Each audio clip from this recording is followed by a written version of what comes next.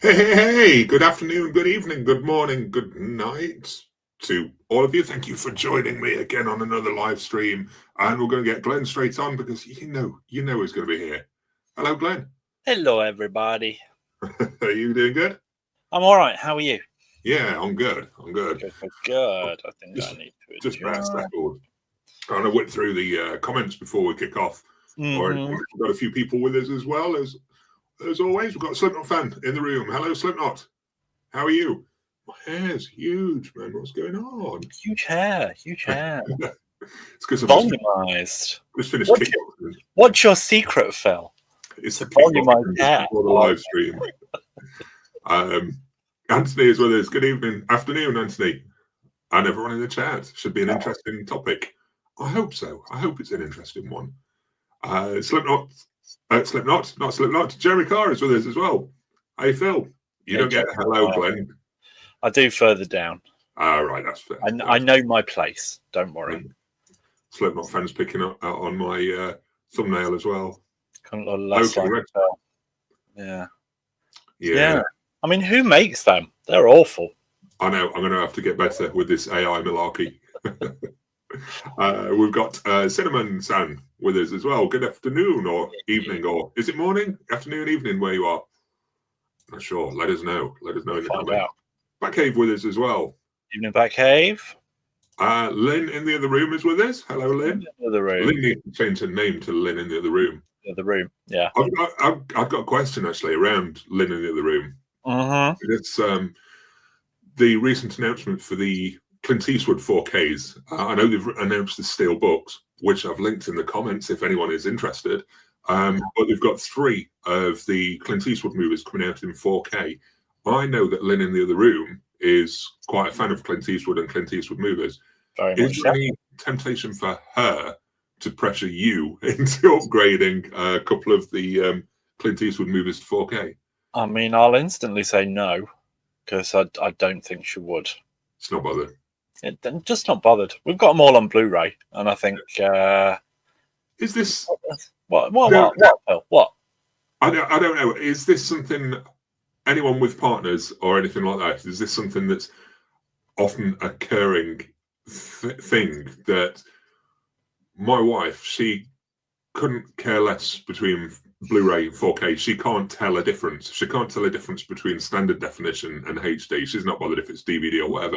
Do you suffer similar? No, Lynn's very. I mean, probably at the time, probably would just go, "Oh, it's a very good picture. It's really good. It's a nice picture. Oh yeah, that looks sharp." And I don't think it's until you go back to standard definition that you actually go, "Oh my God, we were really happy with this at the time. We thought this was amazing. This was such a step up from like VHS or whatever." I wonder if anyone else in the comments suffer this sort of thing as well with their partners, that they just don't see. They don't see the quality. They don't see the upgrades. I don't know. We'll see in a moment. Lynn's also asking which ones are coming to 4K. I believe it's the Man with No Name ones, isn't it? Dirty Harry as well, I noticed. Dirty Harry, Outlaw Josie Wales, and Pale Rider. Oh, okay. Oh, I'd only seen... Oh, I think they're already out, aren't they? Was it Kino Lorber that released the Man with No Name trilogy? I want to say yes, but honestly... They might already be out. They were the 3 I was thinking of. So yeah. It might be, but they're all on Zavvi, but they're all steelbook only at the minute. So, that's perhaps a no-no for you either way at the moment. But I've no doubt there'll be a standard edition. Total and utter no-no. From Zavvi, you say? Yes, Zavvi. Zavvi. Tell me more about Zavvi, Phil. What's Zavvi? They're the ones that are listing them at the moment. Are they? Do you want to say any more about that, or no? Not really. Anyway, on with the people in the chat. So we've got Big Jace with us as well. Good evening, Big Jace. Big Jace has joined in on the conversation for tonight. So I've got a few of his titles that are listed for the subject matter. So we'll go through those shortly. John Robinson is with us as well. Hey, John. Hey, John. Who's on your thumbnail, John? Who's that? Who is that?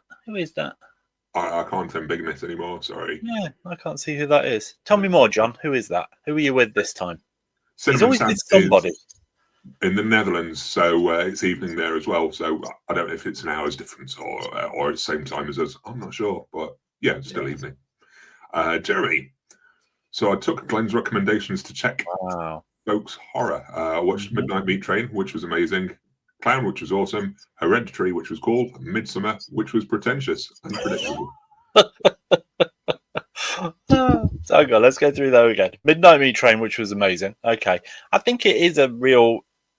I think people poo-poo it straight away because I think after Hellraiser and Nightbreed, I mean, you could argue Lord of Illusions, but I think when I've recently gone back to Lord of Illusions, it doesn't hold up very well.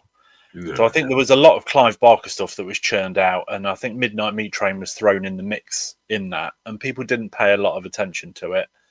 That and the fact that Vinnie Jones is in it kind of weakens it slightly, but it's a very early Bradley Cooper movie. It's actually very, very good, which so I'm glad you. Clown, yeah, so good. Really, I just remember Bradley Cooper from the TV show Alias. That's where I first saw him, yeah, and then he sort of exploded with the Hangover, which I think Midnight Meat Train was that slightly before the Hangover. Don't know. Don't quote me on that. I don't know. But hang on, what was the other ones? What were the other ones? Hereditary liked. Clown. Hereditary was cool. Yeah. Clown was awesome. Hereditary was cool. Midsummer was pretentious. Randomly, Midsummer is my favourite one out of those. I can go back to Midsummer time and time again. It's because I'm not going to name call you for that. But, Slow Night fans just mentioned Midnight Meat Train better than I thought it would be. It really is. It really is. But is that the one that had the real nice gore gag in it with the eyeball? Was there something with an eyeball? Don't remember. Can't remember. Very good. Okay, then. Excellent. I'm glad I could help. Blue Corner's just added the Dollars trilogy is 4K kino release. You're right. Well done. That's what I was thinking of. Thank you. Well done. Lynn would hate it if the picture is rubbish or the sound is bad, and she has standards. She does have standards, yeah, which is why she's packed my bags for me, and I'm moving out tonight.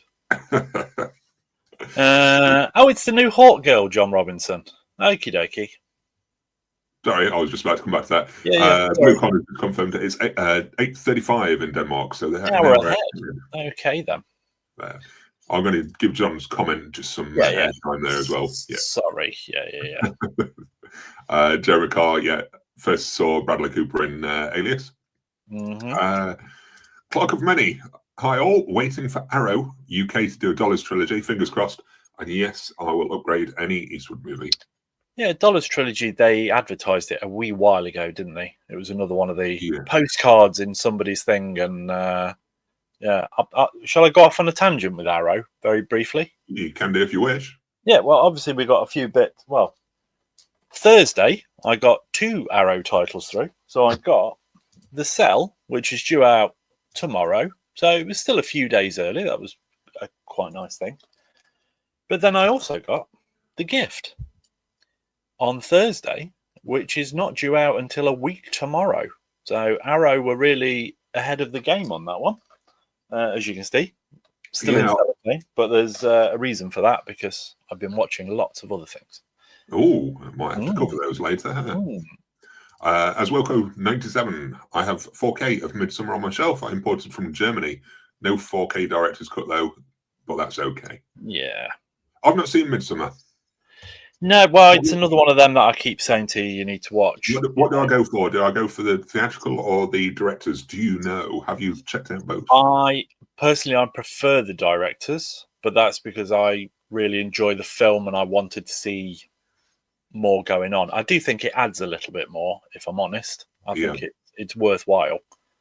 But if I sat you down and I said to you, you need to watch Midsummer's in my wish list. It is one that I want to watch. It's in the sort of realm of I need to get it watched. So I was going to say, if I said to you that Babylon, Anora, The Artist, or that bag of crap with Jamie Foxx and Cameron Diaz that's just come onto Netflix. I watched that last night. No, yeah, but I mean, that wouldn't surprise me. That's the thing. Anora, is it good enough for me to wait and get the Criterion so I've got access to the extras? Do you think it's one that I'm going to be wanting to dive into? I will be picking up the Criterion of it. Oh, nice. I'd literally just finished watching it, went onto Instagram, and then Brian from Last Movie Standing had just posted that he'd just finished watching it and loved it. So we ended up in a little bit of a, oh my God, I loved it too. Yeah, did you? I really loved it. Oh, yeah, so much better than I anticipated it would be. Oh, very good. I might have to go for the import blind buy for something. I will go in. Yes. There we go. Nicholas Dickens. Hi. Sorry, I couldn't join last week too. Sorry. Too much ass watching the great stream. Hope you're all well and good. Yeah. Thank you. We are. Thank you. You are too. Yes. Blue Corner's just mentioned the cell is in need of a disc replacement program. It has. Sorry. Has missing and duplicate scene issues in the Arrow release. Yeah, we mentioned it last week. Just before we came on, I saw a thing on Twitter and sent it you, and we talked about it briefly. Since then, that's the only comment I've seen on it. I'm wondering if Arrow are actually waiting until the release date, which is tomorrow, to then make some sort of official announcement regarding it. But yeah, we did see that, which is why mine stays sealed at the moment. And then towards the bottom of the comments, Jeremy Carr's bringing us back to the topic that we haven't started yet. Value of physical media collecting equals as much as you would pay or someone else would pay. However, to me, the feeling I get when watching and get caught up is worth more. Yeah. Which kind of brings me... Wise comment. Before I start rambling on the topic, I want everyone in the comments to try and think and list in the comments what your most valuable film in your collection is. So whatever's in your collection, the one that you would consider to be the most valuable. That's what I'm looking. Just the title is fine. If you want to put the edition or anything like that, you can do so. If it's a Arrow Limited, if it's a Steelbook edition, just whatever you think is the most valuable movie in your collection. I had a few from... Valuable as in what it cost them in the first place, or... Either what it cost them in the first place or what monetary amount it is fetching now. Either or. Just what you think is the most valuable. So that's what I was going for. I mean, Big Jace sent some on the Facebook group chat earlier. I didn't want to read them out. I didn't manage to. I didn't manage to do slides for them, but we've got Dick Tracy, the limited Steelbook release. It's currently £40. I think that's on CEX because it's out of print. We've got Once Upon a Time in America. I don't know if you can see that. You can't see it very well. There we go. 42. We've got 28 Days, 28 Weeks Later, which we all know is fetching an absolute fortune at the minute. CEX trying to sell it for £45. There's Pulp Fiction 20th Anniversary Edition at 55. There's the Bruce Lee Enter the Dragon Limited set, which is about 91. The Bruce Lee Arrow set, which is listed at about £260. That's the Golden Harvest set. Wow. And the Friday... Get this. I was quite surprised at this one, actually, that Big J's listed. Friday the 13th 8-movie collection. I didn't realise that was out of print again. Or still, £48 for the 8-movie collection. That's quite surprised me. Because I thought they'd have still been churning that out. Because the Nightmare on Elm Street, I think, is still quite available. And I thought that'd have fallen within the same sort of thing that you could pick up quite cheap still, but obviously they just stopped printing it. So there. So let me just have a look through here. We've got the Blue Corner. Sons of Anarchy Complete Series was the most expensive box set I have in my collection. Price plus shipping plus import fees. As Wilco 97, the most valuable thing used to be Game of Thrones 4K Steelbooks at £250, but now it's either Lord of the Rings 4K collector set at 200 or Harry Potter 4K steels at 180. Crikey, those Steelbooks, man. V Wong, Got 28 Days and Weeks Later on Steelbook, which are meant to be quite rare. Also, Cocoon on Steelbook. Larry Quartowitz. Hell yeah. Hell yeah. I'm not sure what that was to Larry. Hell but, yeah. Hell yeah. I mean, when in doubt, hell yeah. Yeah, hell yeah. Hell yeah. Where are we? Nicholas Dickens. Just about Sons of Anarchy. I only ever streamed Sons of Anarchy, but I'd like to watch it all. Charlie 85. I have the Bruce Lee Golden Harvest Arrow limited edition in the yellow box. Nice. There we go. There. The hell yeah. It applies to us guys. Oh, hell yeah. Yeah. Hell yeah, Larry. Come on, Larry. John Robinson, my Doctor Who biscuit tins fetch the most money. Series 9 sells on next to £485 and up to 1,500 on eBay. Wow. Series 9. Whew. I mean, but are you holding on to that, John? I know you're a Doctor Who fan, so is the temptation there not to just... It's nice to own something that you know is that amount of money, but is there temptation to go, I could actually have that amount of money in my bank rather than have that? Yeah. I know the answer. He's going to have that on his shelf. Sleep Not Fun have Once Upon a Time special edition DVD, but it's secondhand and a bit rough, so probably not worth much. As Wilco, if you count individual releases, have the 30th anniversary Dragon Ball Z all in matching slips worth about 200 quid. Jeremy Carr, want to say some of my Doctor Who DVDs that are signed. Charlie 85 also have the Twin Peaks Z2 A box set, which seems to be going up in value. It will do now. Yeah. So, yeah, there's a few there. Have you got anything that you would consider?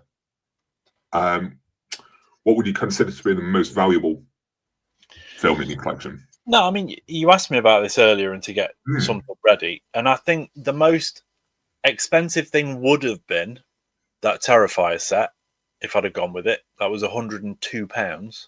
Yeah. But I came to my senses and cancelled that. So it never ended up being that. No, I've not got really expensive kind of big sets of anything, and you know what I'm like with biscuit tins. See, I've got sort of the Dawn of the Dead Blu Ray set. That was quite an expensive one. I've got Dogma, which was less expensive, but I think that's quite rare at the moment because I think there's going to be a new edition soon from what I've been seeing online. And I've got random stuff like the box sets of like Irreversible and stuff like that, but yeah, these are probably the most expensive sets. But sorry, I'm trying to get to my point without confusing yourself. The value, I was trying to be careful with the wording that I use. So what would you consider to be the most valuable in your collection or the most valuable to you? And we've all sort of gone down the path of the cost. What's the most expensive? What's the most money you've spent on it? But I'm now thinking of my collection in terms of value for how much I use it. So while I've got the big, nice box set that probably cost 80 quid, that's 90 probably. I can't remember how much it was. But yeah, and you can see it's still sealed. It is unused compared to a cheap box set that was probably picked up for about 15 quid, Lethal Weapon. For me, this has more value.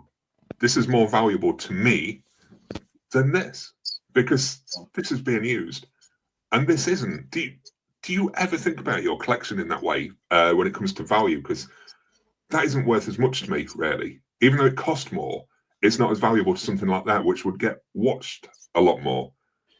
I think that was definitely something, boring myself talking about a cull, but that was a factor. I literally went through things and went, do I watch it? Will I watch it again soon? And anything that was in cellophane and been in cellophane for a couple of years, the answer was obvious that it wasn't going to get watched and that could go straight away. So no, I'm with you.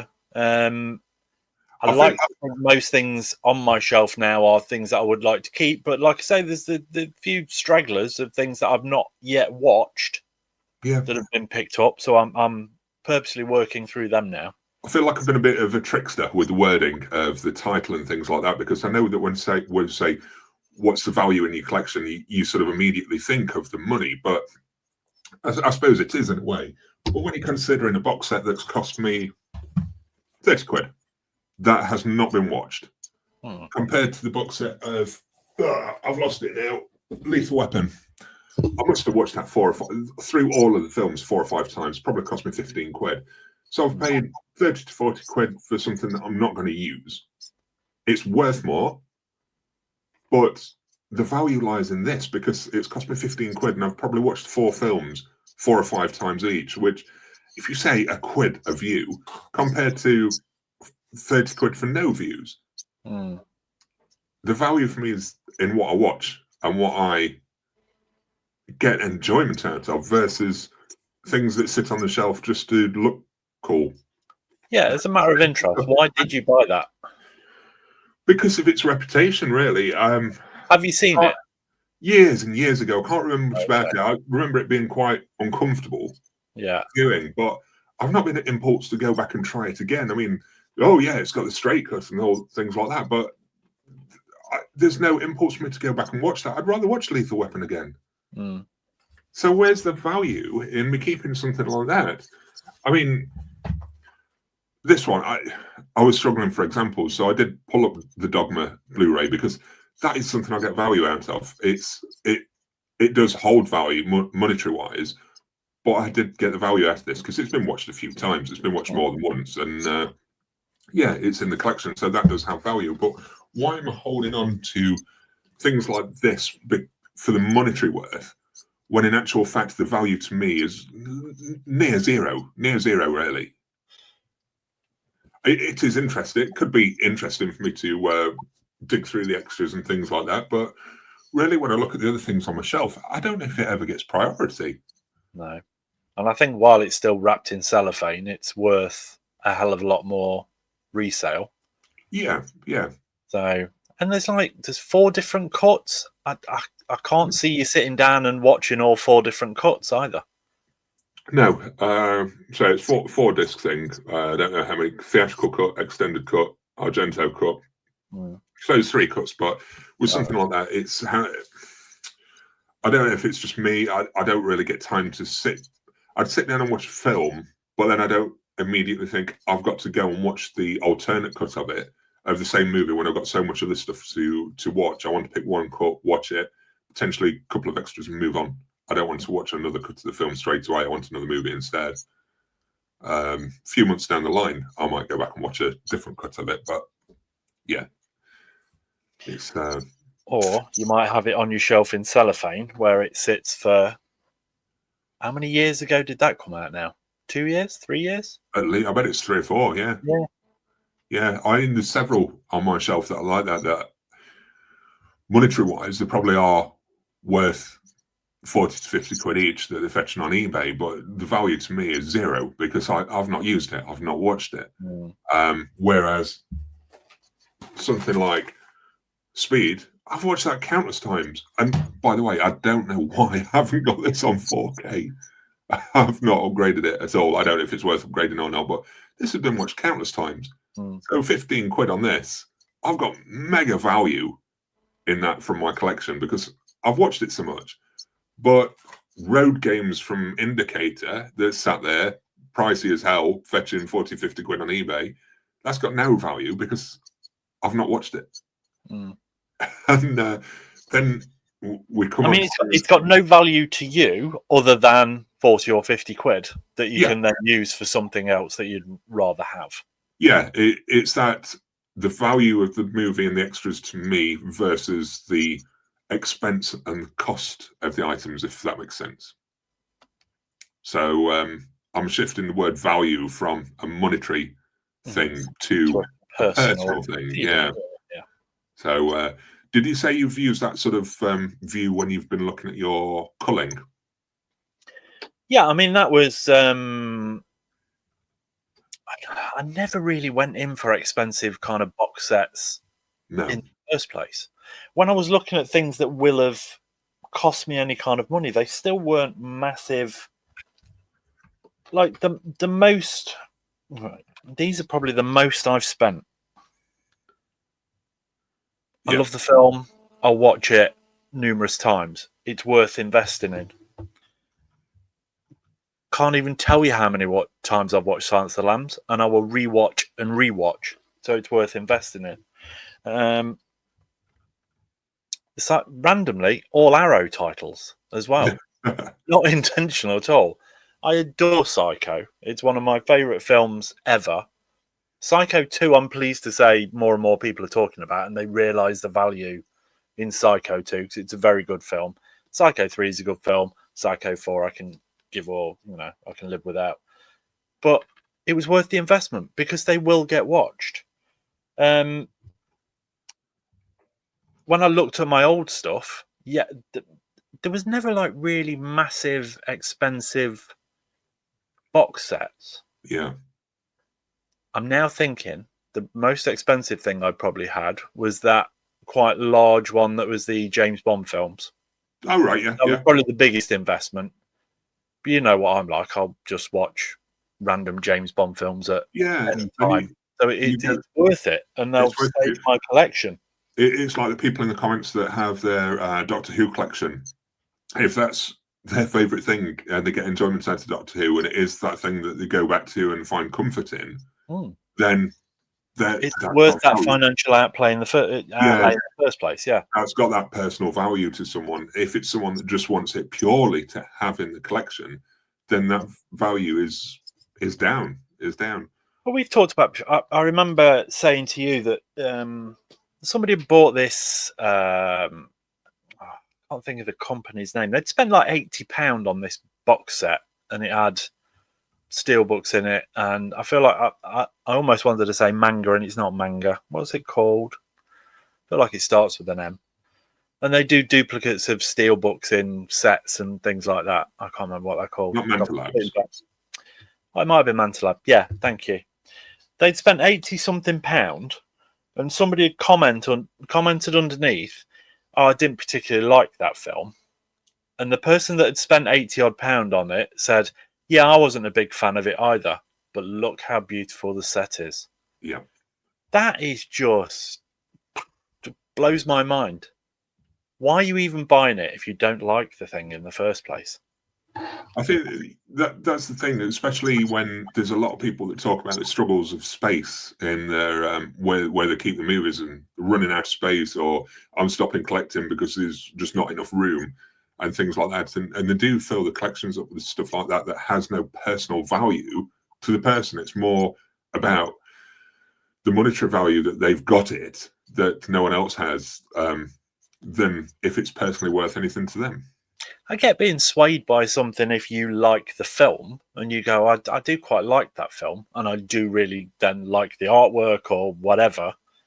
But to not even like the film or think it was mediocre and then spend that kind of money on it is just mind-boggling.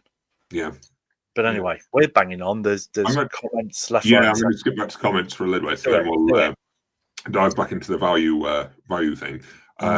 Matt Vinyl in Movies just mentions Anora. Anora is a great film and not what you'd fully expect. Caught it twice in the cinema and can't wait for the physical release. Hopefully there is a UK Criterion one. Yeah, I think I'm going to import regardless. When is it due? April. So we've got a couple of months to wait to see if there is a UK release. Yeah, to get a vibe. But yeah, it's kind of...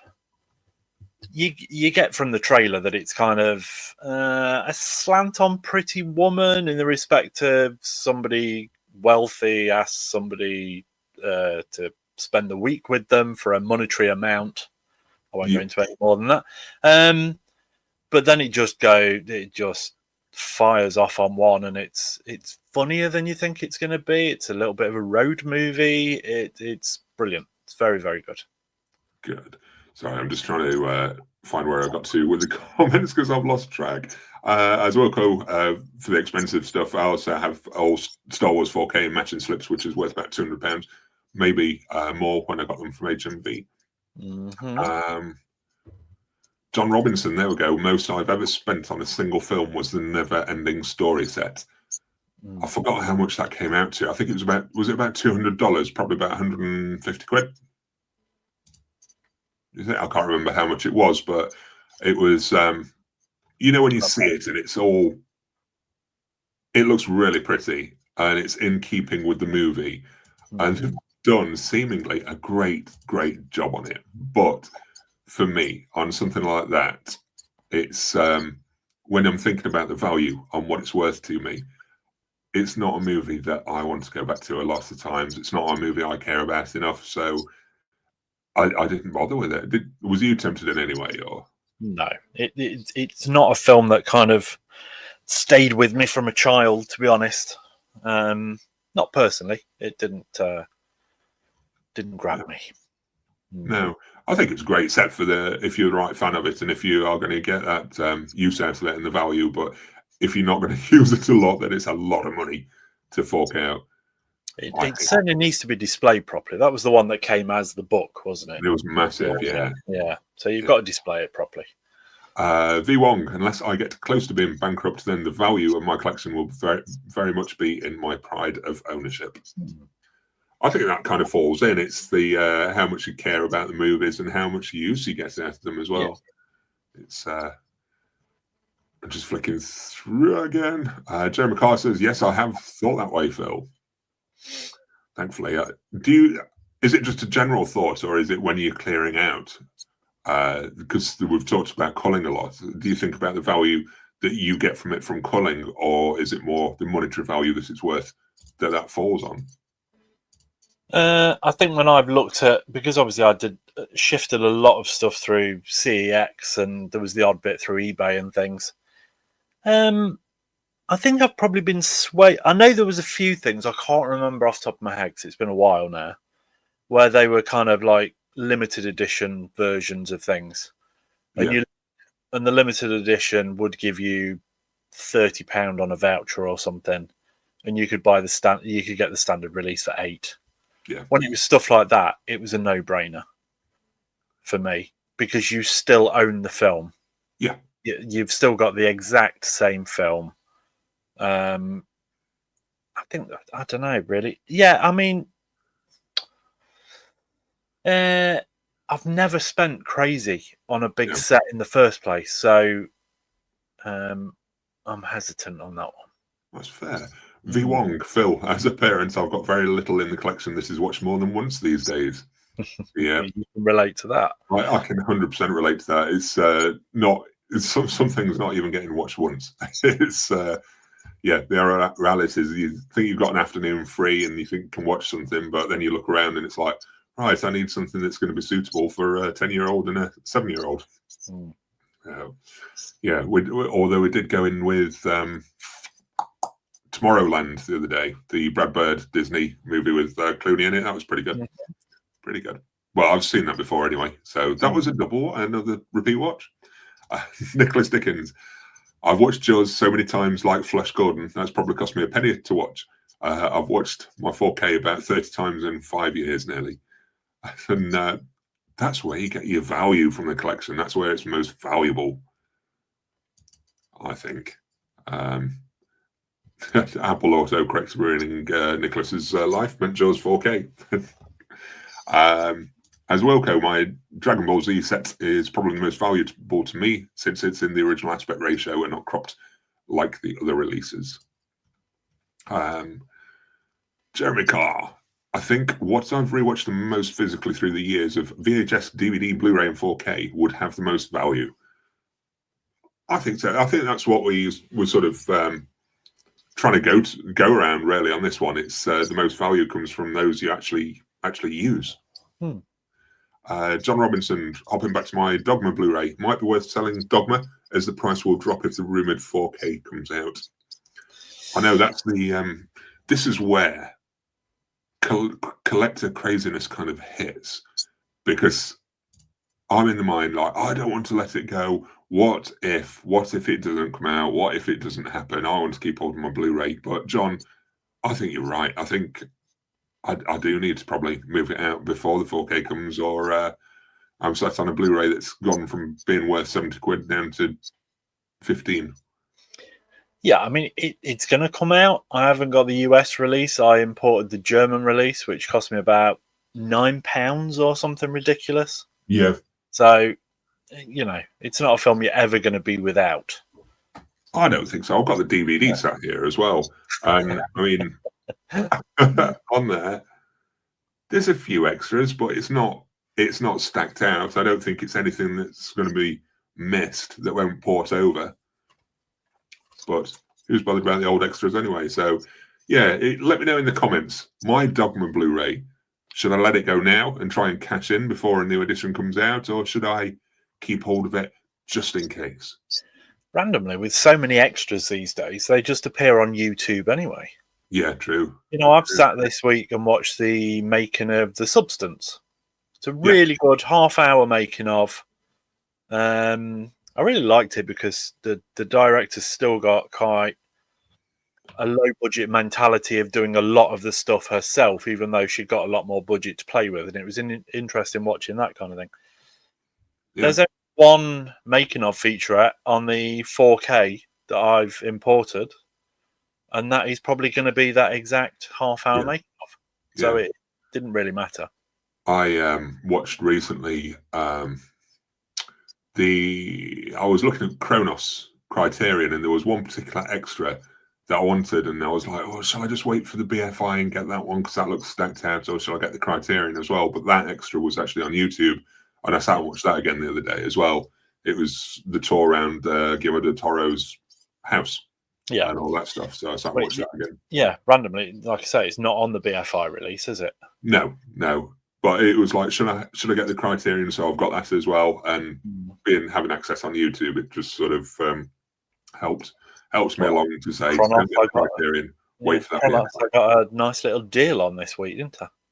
Mm-hmm. Somebody finished one on eBay about 1 o'clock in the afternoon, and I don't think anybody else was about other than me.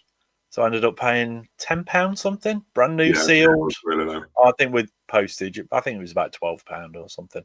Yeah, which was ridiculous. We've got Woody with us as well. Kid Capri.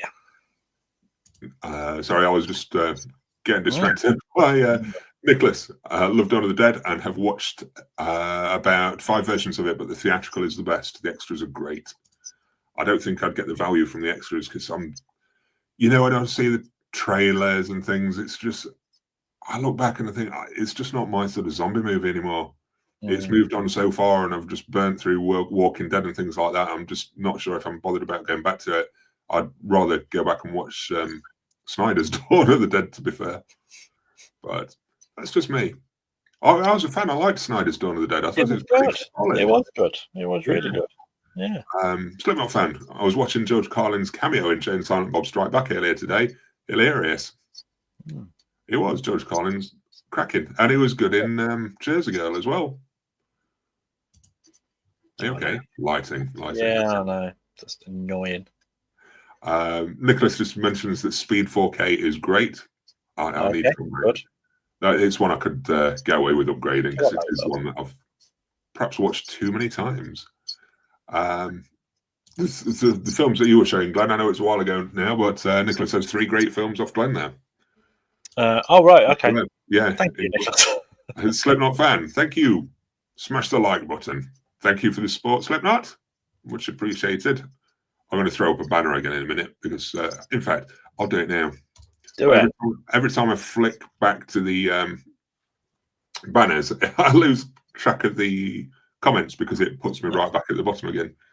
So if I miss anyone's comments, I apologise. Oh, first world problems. Yeah, Clock of Money must be something on my shelves worth a bit. Get Carter 4K box from BFI perhaps, but I'll never release profit from this stuff. Value is in the ownership. I think I'm not sure. I'm not sure I agree with that particularly. The value is in the viewership. I think more than the ownership. I think they do hold value when you keep it in your collection because it does have that monetary value. But again, if you're not viewing it and not watching it, is it personally valuable to you? How many things do people buy on here where... Because so many people keep everything kind of sealed in cellophane because that's where it holds its value. So, Nicholas is just... Oh, it flips people out. I was just going to say about flipping. whether people are purchasing with the actual intention of ever watching, or just going, well, it's a limited edition, that'll be worth more in the future.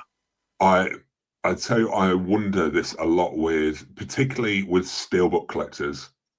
I see a lot that are keeping steelbooks sealed and having more than one version. So the steelbook can stay sealed, but the Amaray version, that's the one that can get used, and things like that. And it's got to double up the shelf space, double up the expense, and to what ends? If it's not getting used, then I consider why it's worth having it in the collection. Is it just to own it? Is it just to have it above someone else? I'm not sure. There's only 2,000 of them, and I'm one of those 2,000.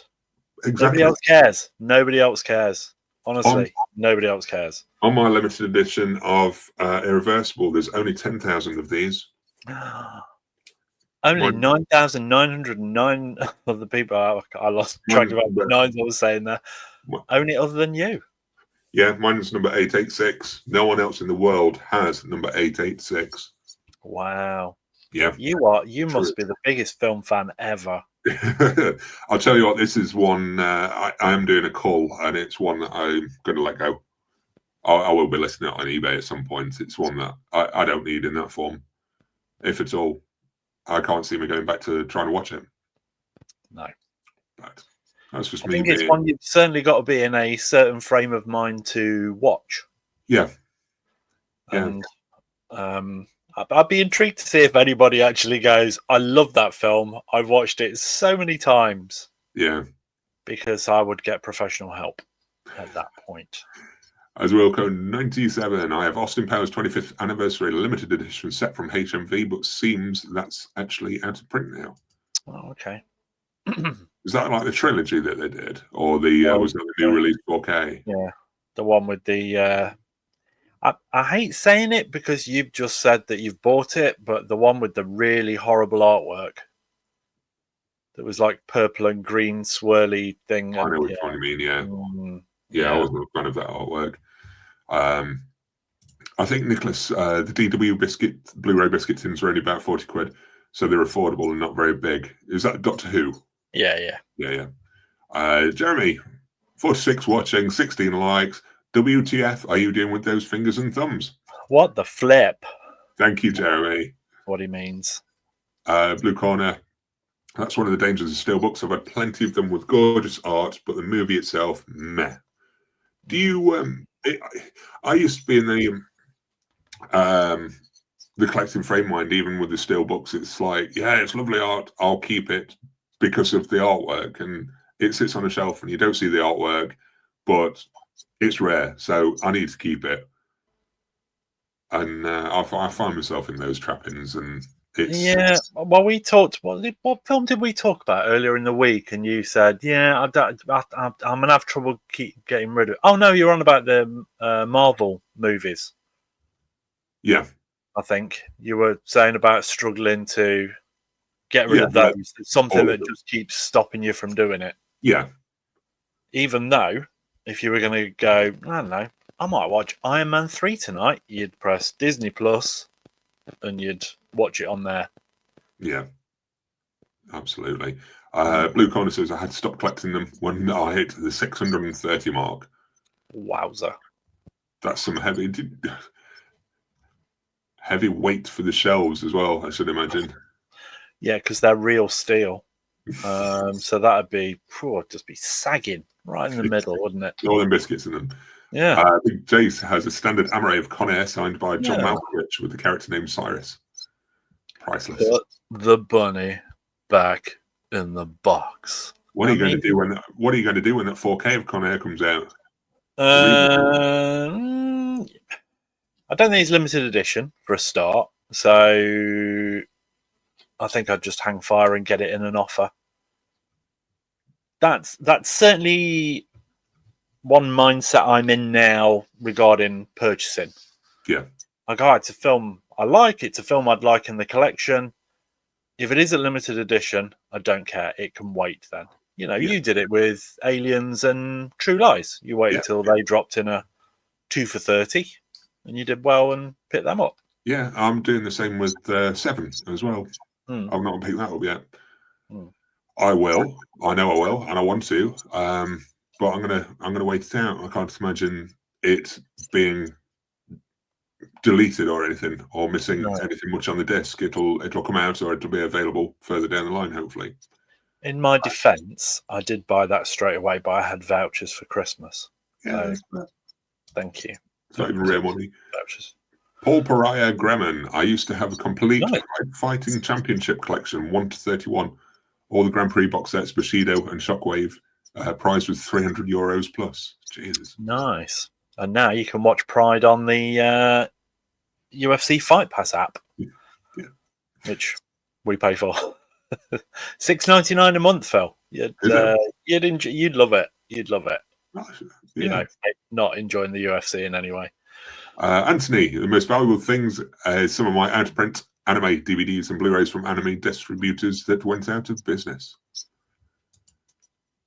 That's fair. I think some of them may. I don't know. Do you think anime would get picked up by the labels and re-released?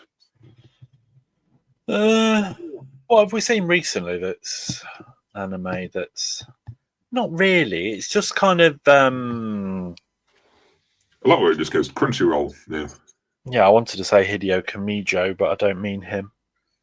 No, move on. Yes. Ace Meg, why am I watching this instead of a movie? Is this the problem?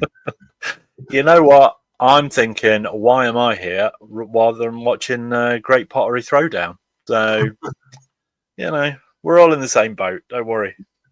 Yeah. Nicholas Dickens, my most watched DVD had to be Team America. It films people out, I know. Flips people out, I know. I love Team America. Yeah.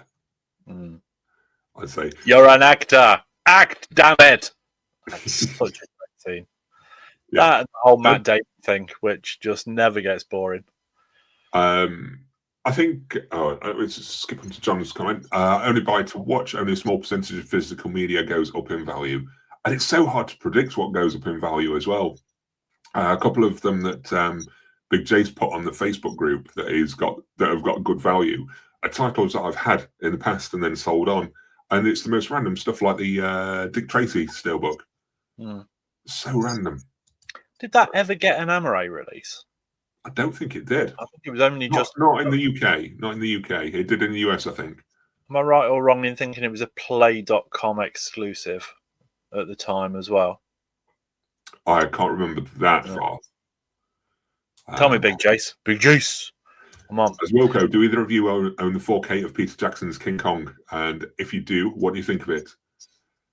It's not one I've picked up yet. No, I haven't.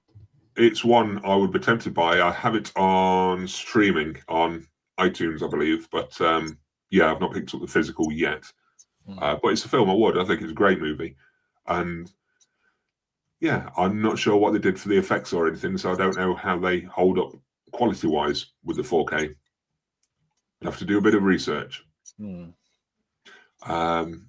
Dickens, the Marvel stuff like Star Wars has been impacted, but the current content underperforming, sadly. No one wants to watch them. I don't know how well Skeleton Crew's doing, but I found that really enjoyable for Star Wars. Yeah, you mentioned that the other day. You messaged me and said you were really enjoying it. But yeah, I have to say I've stopped watching the Star Wars stuff, and I've stopped watching the Marvel stuff. I'll watch Daredevil Born Again when that hits, because I really love Daredevil and love the previous series, but it's a little harder edged and a little more harder hitting. And I said to you, I think both of them have been hit by being taken over by Disney. Yeah, definitely. I think the quality's dropped. Want to shout out to Dutch Film Buff, who's with us as well. Hey, Dutch Film Buff. Hope you're doing well. Just flicking through the comments again, because I wanted to try and get back to topic. But when it comes to buying releases now, considering this sort of, not a change in mindset, but considering what value I get from it now, it's changing what I'm picking up, because I'm no longer really picking up new titles, new releases.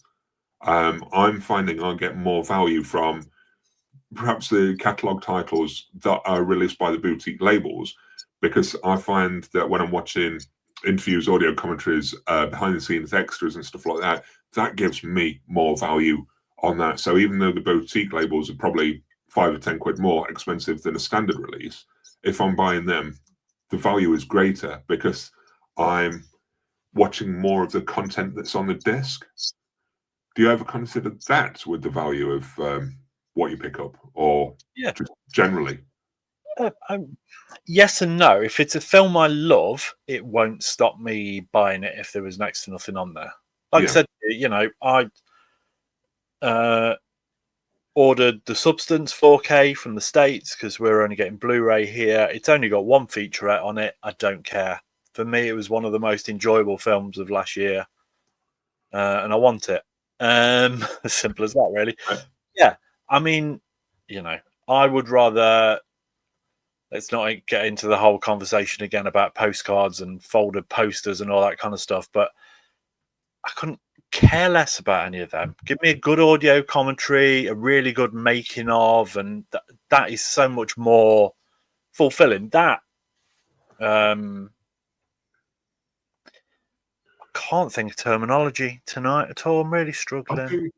I mean, one of the latest releases that I say latest, it's cracking on age-wise a bit now, but one of the releases fairly recently that I jumped at for a new release was purely down to the extras that I wanted to watch, which was James Gunn's Suicide Squad. And it's one that I did pick up, and I watched the movie again, and I sat and listened to James Gunn's audio commentary, and I got the value out of that one. But a lot of the other new releases, I'm just I don't feel as into, and that's why the boutique labels are sort of, they're charging a bit more, but they're offering a bit more with what's on the disc as well, and they're giving me that better value. So I'm drawn towards the boutique releases more and more because the new releases just don't offer up much. So that would stop you if you love the film. It would stop you buying it. That's what I mean. So do you think it's just as they're making less films that you like these days? I think so. I think it's going that way. Yeah.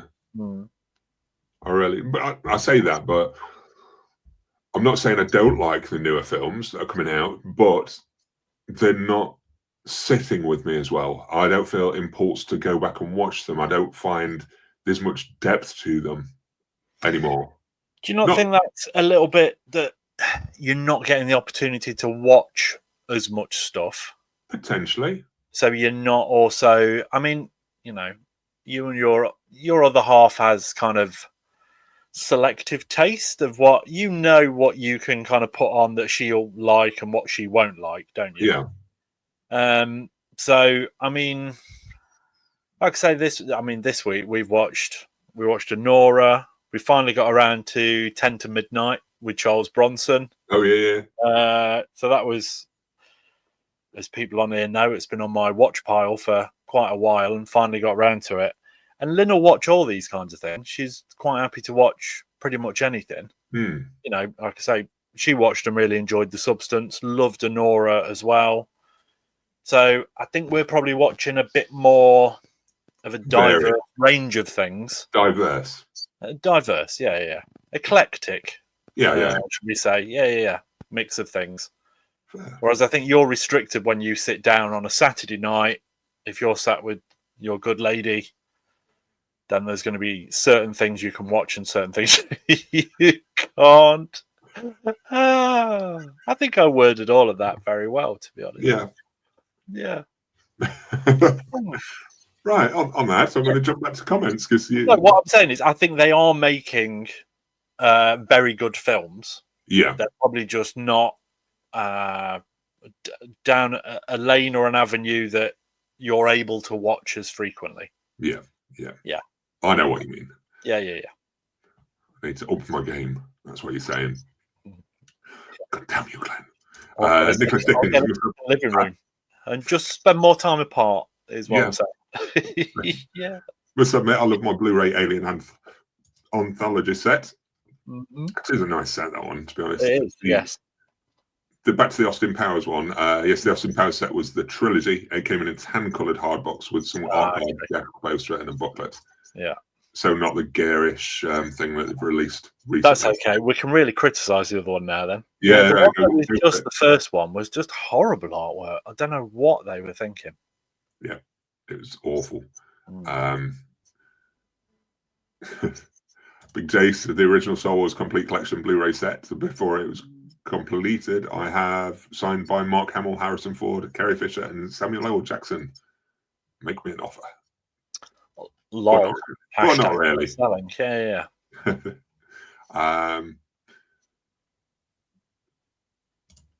Dick Tracy Steelbook got from eBay. Oh, okay. That was regarding whether it was play.com or not. Yeah. Sorry, I'm just whipping through. V Wong. Yep, I'm that guy who has most of his collection, which is steelbooks, in cellophane. Not because I've got a problem with opening them, but only when I'm actually going to watch it. I'm with you. But you've also said most of your collection. Yeah, I'm cellophane. So yeah. So you're not watching a lot, are you? No. Nicholas Dickens' Skeleton Crew is great, but it's really very bad. Sadly. Nicholas Dickens. Really do. Autocorrect sorted, man. Yeah. Jedi Temple Archive had some great articles on it. I think your autocorrect has really got it in for you, quite frankly. Mash buttons. Yeah. Maybe Nicholas has got really big thumbs or something. Jerry Carr, are the films you're in, Phil, have more value? No, not really. No, I don't think so. Some are. I've got them behind me. I've got the films and TV shows that I worked on. I've got a little section behind me that I've kept either DVDs or Blu Ray of, but I don't know whether to keep them out on display or not, or just hide them away. What do I do? No, there's some good stuff in there. Yeah. So I could grab it now and go through the piles. As Wilco, effects and resolution for King Kong is still 1080 as it's upscaled, but the color grade got changed to a warm tone. I'm not sure if he likes it or not. HDR is extremely bright at times. Yeah. I would say not a glowing review. No. But I'm going to check it out on streaming first before I plump at it anyway. I'm just on the verge of deciding whether to show the kids King Kong or not. The death of the ape might be a bit too much, but yeah, it breaks me still. Yeah, it really does.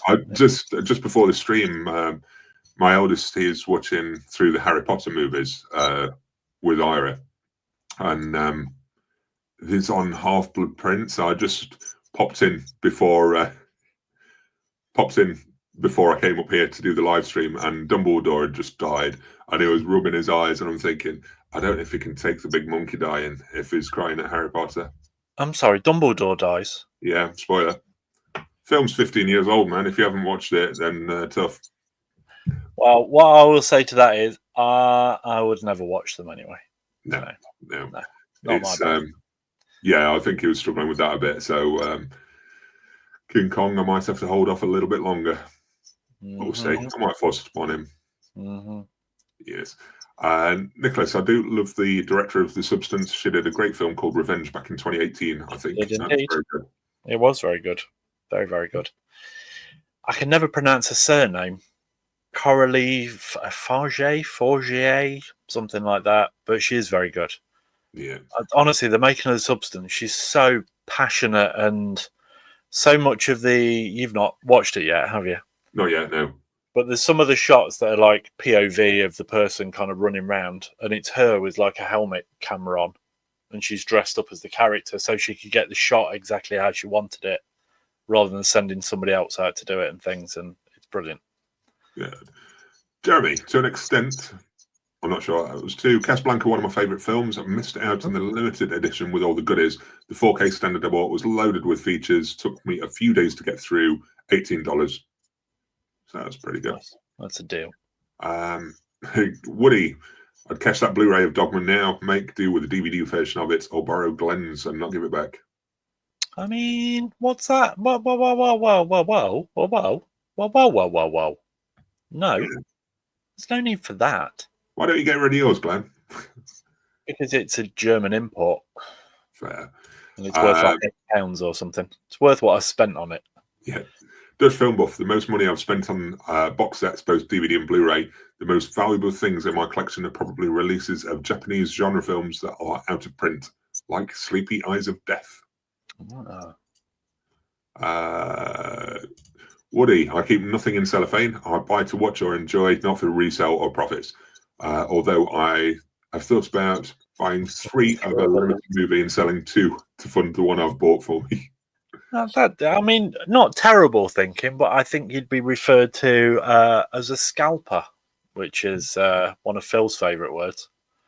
Yeah. Oh, look at them. Oh, scalpers. Look at them. Scalping. V. Wong, Glenn, 2 little kids, so time is my biggest problem in trying to get through the collection. I've been collecting a long time. Idea of just collecting just steelbooks was to limit choice. Wow, okay. Then Zabby came along and releases everything on steelbook. Well, I sent one to you the other day, didn't I? Joker 2, obviously released not that long ago, and now they've announced another steelbook of Joker 2 in about a month's time. They just keep churning them out and churning them out. Yeah. Prior FC DVDs were filled with extras, special features. That's the #1 reason why I collect physical media. To this day, never had Netflix, Videoland, or any other streaming service. If you still like Pride, I would honestly go in for the UFC Fight Pass then, because there are so many shows on there. It's brilliant. I don't make the most of it because I don't watch a lot of the other fighting organisations, but it's loaded. Yeah, it's worth it. Very worth it. Woody, I think I have 3 steelbooks, maybe 4. Not a fan, mainly because they scratch easy. They do. Yeah. I don't know how many I'm down to at the minute. I've not had a count up, but I think I've got like the End of Watch is one of them. Cloverfield. I think I might. I can't remember if I. Yeah, I've got a few knocking about that I need to clear out. You can only fit so many cookies in there anyway. Exactly. They're ridiculous. They're so shallow. That's one I would love a decent edition of, actually. End of Watch. I'd like a nice edition of it so I could get rid of this steelbook. And yeah, I really liked that movie. I thought you were going to say Cloverfield, to be honest. No, Cloverfield's fine, but End of Watch I thought was really good. Nicholas Dickens, Scalpers, Hive of Scum and Villainy. Charlie 85, all my steelbooks are scratched, even with the clear plastic slip covers on them. As Wilco 97, with all the King Kong talk, it's making me want to watch it as it's one of my favourite films of all time. I've got the DVD production diaries from King Kong, and they've been some of my favourite extras to watch through. I think it was just released on DVD, but I think it's on the 4K release, actually, all the production diaries now. I believe. I know it's ported onto one of the newer releases, but yeah. Jeremy, 50 watching, 22 likes. The math is not mathing. Like the stream. Oh, please. Thank you, Jeremy, again. Yeah. That's it, Jeremy. You keep bullying people. Do it. Nicholas, who'd but one... Dickens, come on. You're not even trying anymore, are you? Who'd buy one version of Joker 2, let alone 2? I actually bought 4K of Joker 2, and I rewatched it this week with Lynn. It was Lynn's first viewing, and we both thoroughly enjoyed it. Good. So, yeah, I like it. It doesn't deserve the hatred it gets. No. As Wilco 97 just picks up some steelbooks like School of Rock 7, Longlegs, and All Quiet on the Western Front. I'm trying to avoid steelbooks, and I've got one coming in about a week, or 2 weeks, or 3. Did you tell me about that? Yeah, it was the Ahsoka TV show. Star Wars. Yeah, you did, yeah. You didn't want to miss out because, there's people out there that would buy like 3 copies of things and sell the other 2 to finance their 1 copy that they're keeping. Yeah. Scalpery people. Dutch Film Buff, whenever I blind buy or buy a movie that I want to rewatch after many years, is 46 years old. Same. I resort to used DVDs, saves me so much money. And I've seen a couple of people doing this recently, and I've been looking at the rental option for some of them, but getting an older copy of something to give it a try before doing the upgrade. And I've done it with recently. I wanted to watch. I told you I was on a bit of a George Clooney thing. Oddly enough, and I wanted to rewatch One Fine Day, and that's out of print on Blu Ray, and I don't have it. And it was going to cost me. It was only about 20 quid. It wasn't a super high price from scalpers. About 20 quid for the Blu Ray, but that DVD sat there for £1 in CEX, I think. And I thought, you know what? I'll go for the DVD. I just want to watch the film again. I'm not too precious about the quality on this one. I just want to give it another showing. If it was on TV, I'd have watched it on TV.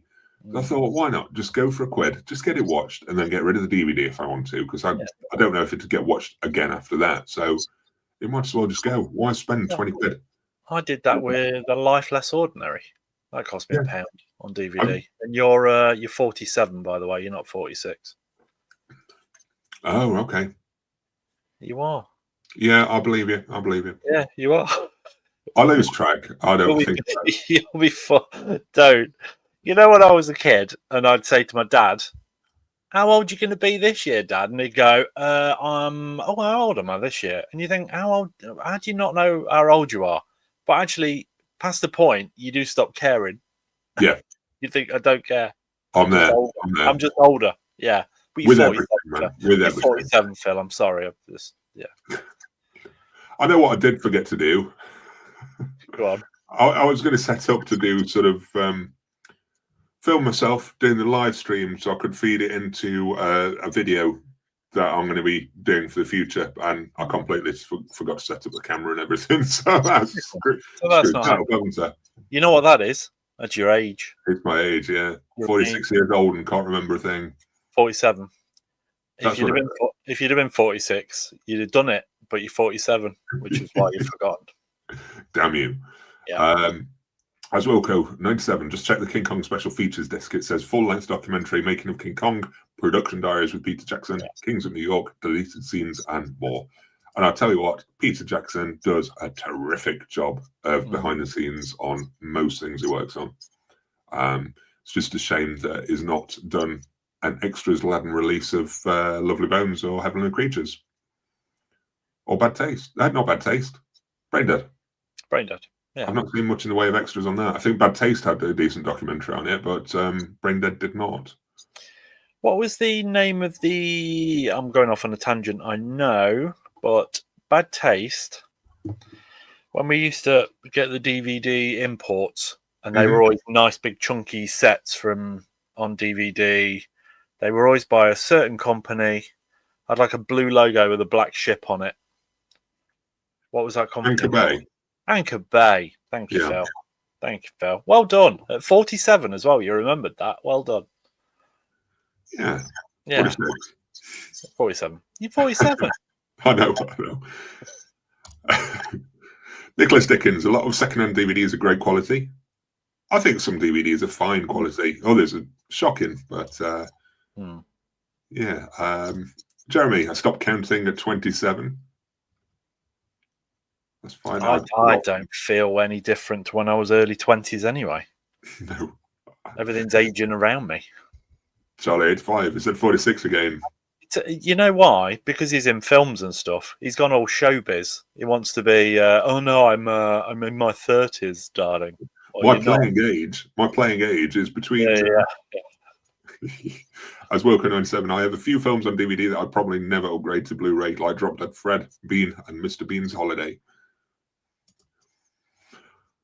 I'm not going to question why you're owning those, but I assume the favourites from childhood more than anything else. I'd say. Just move on. It's all right. Dutch film buff Phil, for example, I rented Irreversible when it came out at the video store back in the day. Found a DVD 20 years later for under €5 to rewatch. Still an interesting movie, but not boutique worthy. That's fine. Clock of Money. It's not £1 though from CX though, is it? Fuel, parking, coffee, lunch. She wants something to. Might as well have ordered it in. Fair point. But to be fair, I've got a CEX. I've got 2 CEX within walking distance from where I work. So I can check stock and nip in if there's anything in particular that I wanted. I've got another bag ready for CEX this week. I will be trading in again. I hopefully will soon, but I've got some work to do behind me before I get to the full call. Nicholas Dickens' Meet the Feebles was great. I don't know if Arrow had hold of this or not, but there was rumours of a Peter Jackson box set from Arrow, which was going to be, what was it, Bad Taste, Meet the Feebles, Brain Dead, or Dead Alive to US, and Heavenly Creatures. I think they had 4, apparently, and Frighteners, which was going to be separate. It sounded like we were going to get a Peter Jackson box set of those 4, and then a release of the Frighteners as well. But that was, 3 years ago, and had nothing. Yeah. Well, Edgar Wright's Fistful of Fingers. That was years ago. Somebody found a postcard of that, and it just never came to fruition at all. So they've obviously still got the rights, or have they? I don't know. Time things where they had to release something or they lost it. I don't know. I have no idea. They're not transparent enough with what's going off to say that they announced things earlier. I think they need to have more transparency with their audience to say, look, we know we promised this, but it's going to be a delay, or we've lost the license, or we're working on just a little bit more. You can't tease something and then just blank silence. But I don't know if that was pre-Xavi takeover, before I forgot the guy's name, before he left Arrow and went over to Form Radiance. Yeah, I can't remember his name either. Flower, I can't remember. No, it's gone. I'm not even going to try and guess. Anyway, a few other chefs now. Anchor Bay for you, Glenn. Anchor Bay. Does film Blue Underground later. Yes. Yeah. Yeah, I have the Blue Underground release of Maniac, in fact. Very good. It's a very nice set. Jay McCarr, do home movies have value? Pamela Anderson. Well, there's those kind of home movies. Yeah.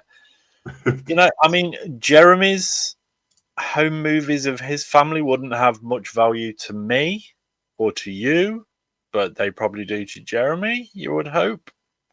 Yeah. Or just collecting home movies of other people, like Buffalo Bill. Not Buffalo Bill. What was Manhunt one? Red Dragon, Manhunter, Francis Dollarhide. There we go. There you go. Sorry. Yeah. As Wilco, Drop Dead Fred DVD I had for about 20 years since I was young, and the Bean films were just included in the box set when I wanted to own the live action series on disc. There we go. Reasoning. There we go. Jeremy Carr.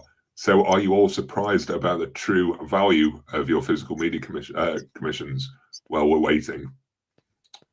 Oh, I think we kind of went over that, didn't we? Jeremy's almost like your PA. He just he waits for us to go off on a tangent, and then he'll almost ring a bell. Gentlemen, back to topic, please. Thank you. I think the truth of it is the true value in your collection is how valuable they are for you in terms of how much you use it. Yeah. So it might have monetary value, but the true fact is, I think that the value is only important if you get the use out of it. Unless you want to pride yourself on having a lot of stuff that you've never used that is worth a large monetary value. It depends what sort of collector you are, I think. Yeah, well, it's like we've talked before about kind of there's a fine line between still staying a film fan, just becoming a collector. And I think if you're just collecting, but not actually watching any of it, do you need to own it? I don't know. I don't think so. No. Not all the time. I think it's that thing as well for me, as for a lot of people, that we all moan about the storage where we keep our titles overrunning and things like that, and it does become overwhelming at times, and it does affect you mentally sometimes as well, because you're just surrounded by it. It's so busy all the time, and if we look at what we actually use in the collection, if we take it down to a reasonable amount of just those that we get the value from, I think it helps. I forgot what I was saying completely. I've lost my chain of thought and everything. Yeah. And, you know what I was rudely doing then? I realised there was something I was watching on eBay that finished about 8 o'clock, so I missed it. it's It doesn't matter. It went for a lot more than I'd be willing to pay anyway, so it doesn't matter.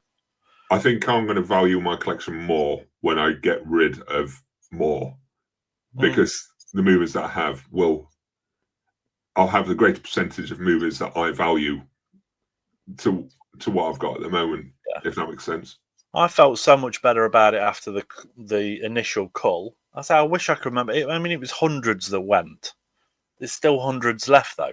I felt better about it after I'd done it, but now I'm at the stage where it's kind of, okay, this is my collection now. And I still think it's, like I say, my first thing is going to be everything that's sat there unwatched, or I haven't watched for a long period of time, and I've rebought it for whatever reason, and I need to watch it again, make the decision, and get it gone. And that's going to be my next filtering process. Yeah. I mean, one thing I have considered. I was going to do a bit of a video around it at some point, but have you heard of the Diderot effect? No. Don't think so. It's something I think we all probably not suffer from it effect, but it's some kind of phenomenon that occurs when we acquire a new possession. And upon the acquisition of this new thing, it then leads to a spiral of like consumption to buy other things to go with that one initial purchase.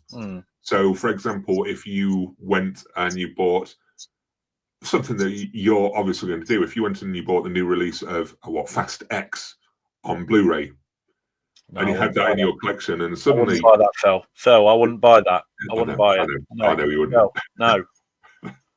But I'm trying to think of another example. But yeah, Fast X. Suddenly you've got Fast X, but you haven't got the other films in the collection. So now the Diderot effect comes into play, and that leads to a spiral of, I must get Fast and Furious 9. And if I've got 9, I need 8, and I've got 7.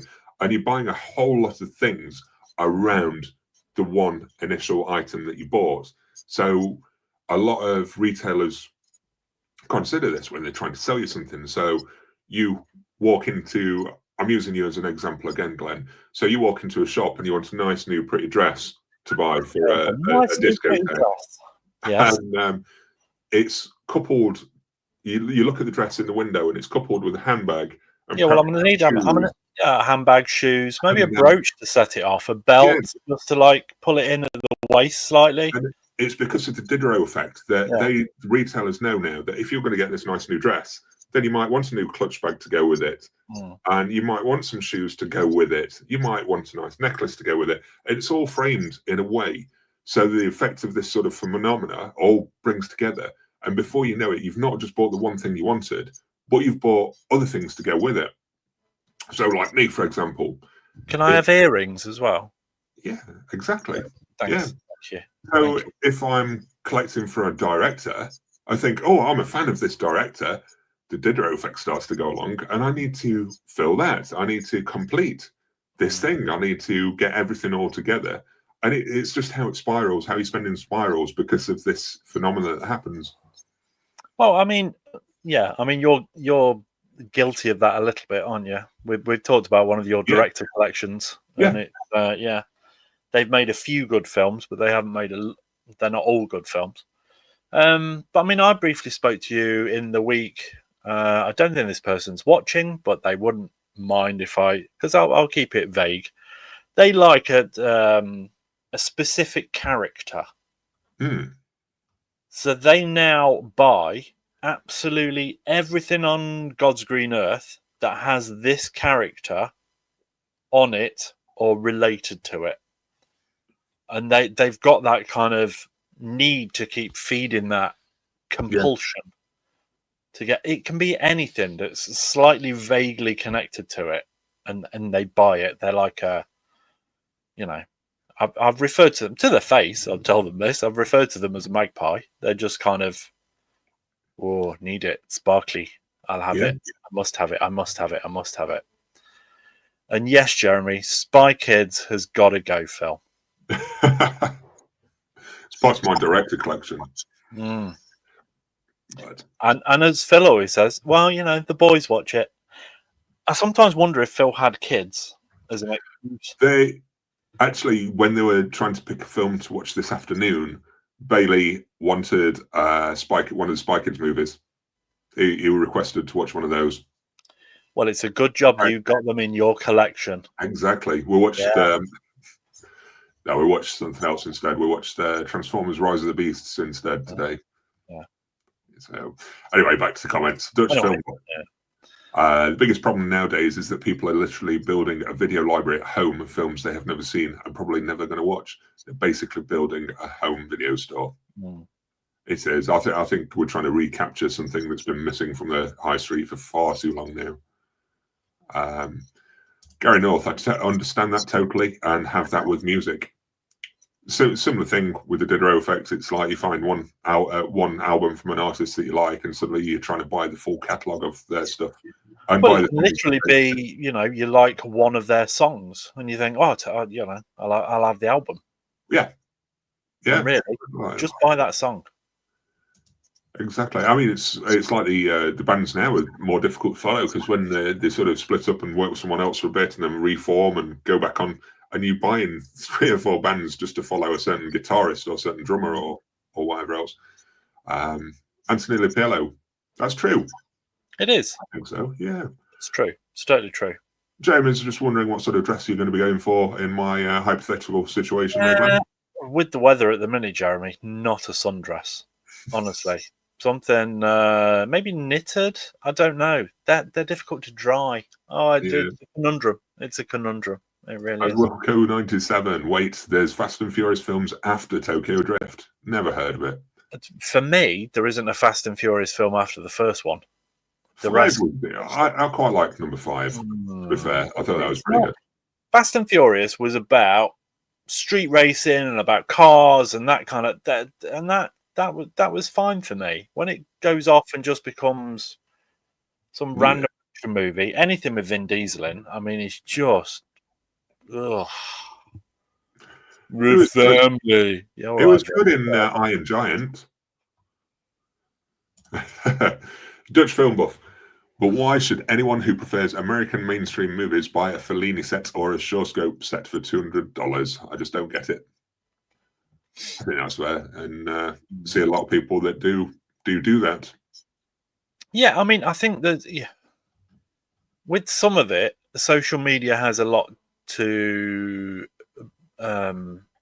blame with that. Really, there's a lot of people just going, "Hey, look what I've got," because it makes me great and it makes me a film fan. I was saying to you last week. Well, I think it was last week. It might have been in the week. I might have spoke to you about it.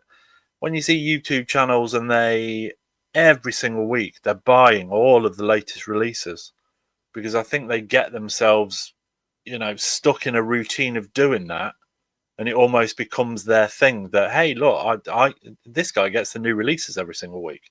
Yeah, the way they like everything they're buying. I have an eclectic taste in film. I like really random things. I like cheap, nasty B-movie horror movies. I like quality mainstream stuff. I like all sorts of bits, but still doesn't mean I need to buy every single release every single week. No, that's what I'm trying to avoid as much as possible. I sent a screenshot to you about some rental offers that are on iTunes Store,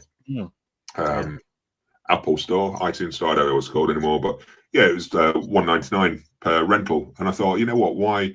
In the past, have I considered buying these movies when there's a rental offer at $1.99? I'd have paid £15 back a couple of years ago for it, and it would have been a complete waste of time. But yes, anyway. Go ahead, Gary North. My addiction is finding as many versions of Monica Bellucci 4K's Blu-ray and DVD. Currently, I have 134 titles with multiple versions of several films. I mean, that Monica is his little thumbnail picture, because I did glance at that and I thought Gary looks quite feminine, but in this day and age, that's allowed. But no, it turns out it's Monica Bellucci. That's quite an obsession. Nice. Clark of Many. Has anyone imported A Bridge Too Far on 4K? I love the film, but didn't like the box art. I have not. Have you? I have not either. No, I have not. We'll wait for other commenters. It was a purchase too far. Yeah, Pariah. Some directors who made good movies also made kids' movies. Takeshi Miike made a lot of movies for children. Did he really? I didn't know that. There we go. Okay, then. Big Paulie. There's the shout out. Is that for... oh, no, no, I wasn't referencing Big Paulie. I know who Big Paulie is, but no, I wasn't referencing Big Paulie. There's somebody who I send Phil screenshots of from Twitter. I know it's X, but who calls it X? It's Twitter. But yeah. Look what I've got today. And it's every single film that was released that day, including TV shows and various different things, don't they? They go in every week into the store, and they just must literally go to the new release shelf and go, one of those, one of those, one of those. I don't know if Big Paul has pulled back from buying all the new releases or not. I don't know if he's slowed down on it or if he's still at it. I've not watched one of his videos for a long time, if I'm honest. Need to film in. Jeremy Carr. Jeremy Carr. I saw one Phil with a double L video. Then watched them all, except for Sonic 3 Nosferatu review because I haven't seen them yet. So one live stream, it's been like crack ever since. That's fair. That's fair. Yeah, I've not tried crack either. But I think Jeremy, if you wanted to watch the Nosferatu review, it's safe from spoilers. It is safe from spoilers. Nosferatu is also streaming from this Tuesday. So get it if you haven't. Yeah. Sonic 3, I think there might have been a slight spoiler in there that my little boy dropped, but there's also a mini review of the red one in there as well. Fair. No. V Wong, social media has influenced me definitely with now wanting slipcovers. Never used to care, but I'm now seeking films with a slipcover. If a steelbook isn't available, it's a slippery slope. It is weird as well because any films that are released that don't have a slipcover, you don't think twice about it. You just go, oh, well, obviously not a slipcover, that's fine, and you have it. But it, we've said this. If we were in HMV and we went to buy a film and there was 2 copies of that film and one had a slipcover and one didn't, you'd go for the one with a slipcover every time. Absolutely. Yeah. And people do pay over the odds for ones with slipcovers on eBay, which is worked to my benefit a couple of times, I have to say. Good. Daniel Bash. Hi guys, hope you're good. Hey Daniel, hope you're well. I hope you are.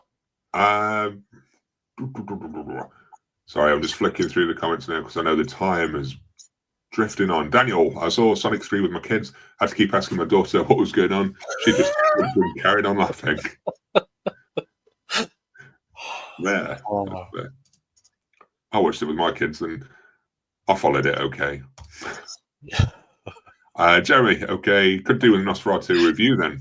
That was ever so slightly insulting. You do realise that? Right, it was. Yeah. Daniel was struggling to ask his daughter, and you're like, I knew what was going off. I did. Yeah. It all went in a bit of a blur, but yeah. Jeremy Carr. Yeah. Okay, could do with Nosferatu then. Can't believe the theatre wasn't playing it by me. Just one. Yeah. Good to go over 2 hours away to see it. I was surprised how quickly it's hitting streaming. I mean, it doesn't surprise me in a lot of ways because they do turn them around very quickly now, but it's still doing really good business in theatres. So, but now it's reaching out to people like Jeremy who weren't able to see it. So, Daniel, it's true. I'm a bit thick. No, sorry, Daniel. No, it's me. I'm just a bit of an asshole. A-hole. Sorry, A-hole. Algorithm. Dutch Film Buff, guys, have loads of fun. Thanks for the stream. Oh, thanks, Dutch Film Buff. Catch you soon, Dutch Film Buff. Hopefully. Dutch Film Buff has finally had enough. Yeah. We are ticking on time-wise, Glenn. We are ticking on. It has gone for an hour and a half, hasn't it? Yeah. Do you want to talk about anything you've been watching or anything? No, I think I've kind of covered it. Rewatched The Substance. We watched, like I say, Anora the other night, 10 to Midnight, which I actually really enjoyed. It's I think it was Nicholas made a comment earlier about Charles Bronson saying how much he loved him as an actor. Yeah. We were I think it was the week before we watched Death Wish as well with Charles Bronson. And you asked me when I said I've watched Death Wish, and you went, "Oh no," and you thought I watched the Eli Roth one. Yeah. No. Watched Chucky Bronson in that. What else have I watched this week? But yeah, to be honest with you, I've been happy with the things I've watched this week. Yeah. I've not got to the end of anything and gone, oh god, that was rubbish. Oh, I told you we watched through series 2 of Shrinking on Apple TV.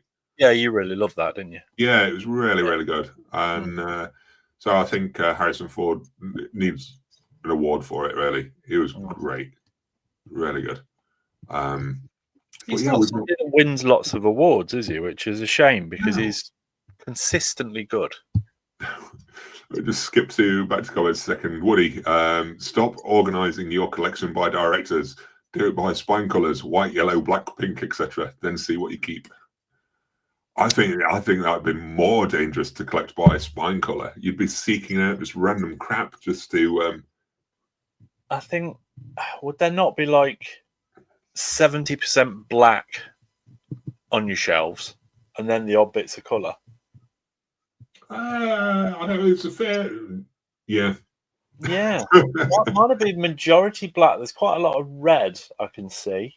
A little bit of blue. There's a fair few white ones, I suppose. But yeah, they do that all the time in when I watch Architectural Digest and things like that. Yeah. Where somebody famous comes to the door. Oh, hey, AD. I didn't know you were coming round. Yes, you did. Your house is immaculate. Look at you. You're wearing full makeup. Don't talk rubbish. Yes. But they do that, and they organise all of their books via the spine colour and stuff like that. Fair enough. Fair enough. Yeah. James Moore. Cheers, guys. Ooh. You're welcome, James. Whatever we've done, you're welcome. We're not quite long enough just yet, I don't think. Oh, yeah. No. Yeah, Daniel, hot take. Watched Joker 2. Did not hate it. It's not a hot take. I don't think it's a terrible film. It's not as good as the first. And I think it probably doesn't go where people want it to go. Everybody thinks it's, a lot of people will have seen it now. People think, well, it's Joker. It's going to escalate until he becomes the Batman villain that we all know. And that's not what it's about. No. It's his own little story arc separate to everything. That's fair. Fair. But it's still a very well-made film and very well performed. Have you put any orders in recently, or had anything come through that you want to talk about, or well, like I say, The Gift and The Cell, and what else have I had? I had the 3. Might be behind me. Jeremy will be happy. I'm doing a reach around. Hey. Hang on. Oh. So I've talked about these before. Have I even put them on there? I've not put them on there. Bear with. I did get that through as well. That was another one. VHS Viral. I had to import that so I could complete my VHS collection, which I do like. I do like a horror anthology. Fair. Oh, it's wandered off now and left us. Bye. Yeah, I've not got a topic to go around talking about. Guys, it's brilliant. No, I'm back. I've taken them through to the other room. The Eli Roth History of Horror Blu Rays. I think they're the best horror documentaries that have been made in a long time. Yeah. I've only seen the first, but I've ordered the second and third as well, and they came through this week as well. Good. Yeah. I very nearly ordered an Asian movie from HMV the other day. Oh, it was good. I actually went on to my app, double checked if it was on digital. Sorry, everyone. But it's on Amazon Prime. So I very nearly bought the movie on HMV for £10, but it's on Amazon Prime. And I thought, I'll tell you what, I'm going to try and watch this before I make the purchase and double check. And I'm quite proud of myself for that. Yeah, you should be.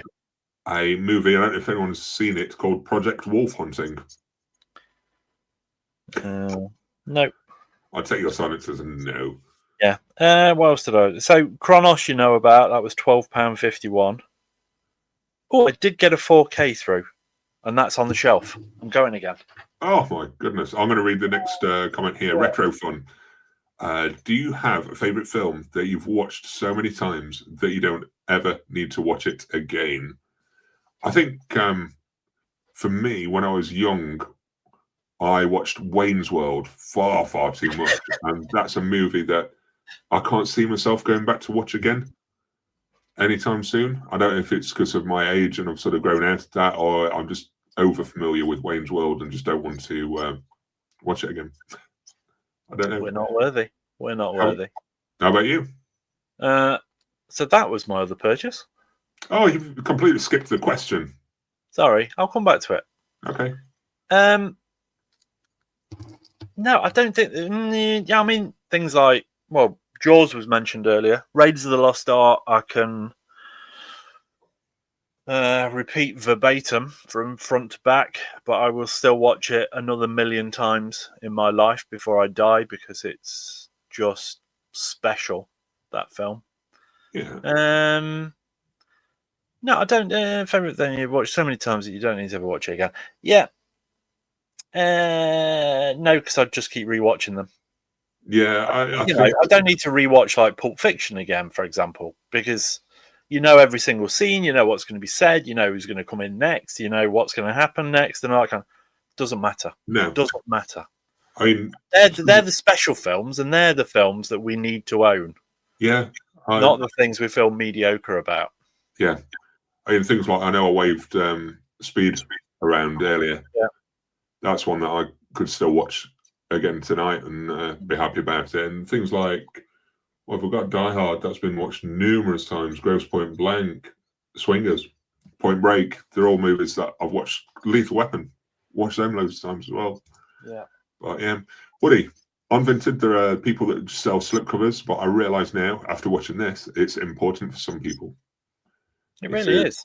Well, I mean, there's something started cropping up on my Instagram, which is a company that actually makes steelbooks. Yeah. They're called Biscuit Tins R Us, I think, or something like that. But no, they do, you can contact them with whatever film you want them to make a biscuit tin for, and they'll do it. Yeah. Yeah, I've seen Full Slip Fanatics as well. They do some specialised slipcovers for various movies, and yeah, it seems to be doing great business, to be fair. Oh, was it then that I sent you one where they do, it was like a box set for the Scream movies, and each one's got an individual slipcover for each individual Scream film. Yeah. Very nice. John Robinson, I think a lot of people misunderstood Joker 2, and a lot of the ones that said they hate it haven't even watched it. Yeah, I think it'll be one of those where the hatred will be forgotten about in a few years' time. I don't think it's going to have the love and respect that the first one did, but as a story arc between the two films, I think it works. Yeah. But again, like I say, it's just very well made. Speaking blasphemy, no need to watch Pulp Fiction again. The question was something you wouldn't have to watch again because you'd watched it so many times, but I will continue to watch Pulp Fiction. The damn dog. Doing so well. I even moved my magnet. I relegated it to further up here so it wasn't in view. No, still there. It's still here. There. Yeah. It's going to stay here. It's going to stay. But nobody's mentioned Trances yet, so we're doing okay. Until we do the watch along. But need to figure that out somehow. Anyway, with that, I'm going to wrap this up, Glenn, unless you've got anything else to add. Dumbledore dies? What? Anyway, thank you everyone for joining us, and I hope you've enjoyed the stream again. And until next time, catch you all soon. Bye. Ta-ra.